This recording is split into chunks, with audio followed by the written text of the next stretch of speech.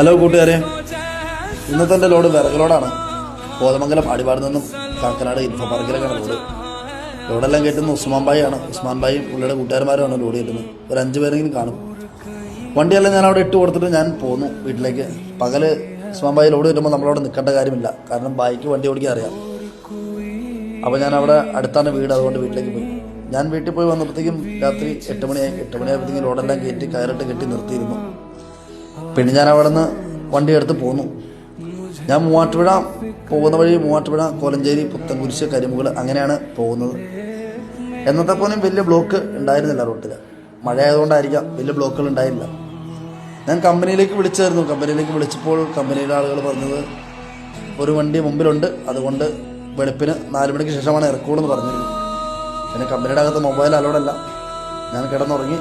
വെളുപ്പിന് ഒരു 4:15 അവരെന്നെ വിളിച്ചിരുന്നു. വണ്ടി അകത്തേക്ക് കയറ്റി 5:45, 6 മണി, 6, 6:45 ലോഡെല്ലാം അൺലോഡ് ചെയ്തു. അതിനുശേഷം അവിടുത്തെ ക്യാൻറ്റീനിൽ ചായ കുടിച്ച് ഞാൻ നേരെ കോതമംഗലത്തേക്ക് തിരിച്ചു, ലോഡെല്ലാം കാലിയായതിനു ശേഷം.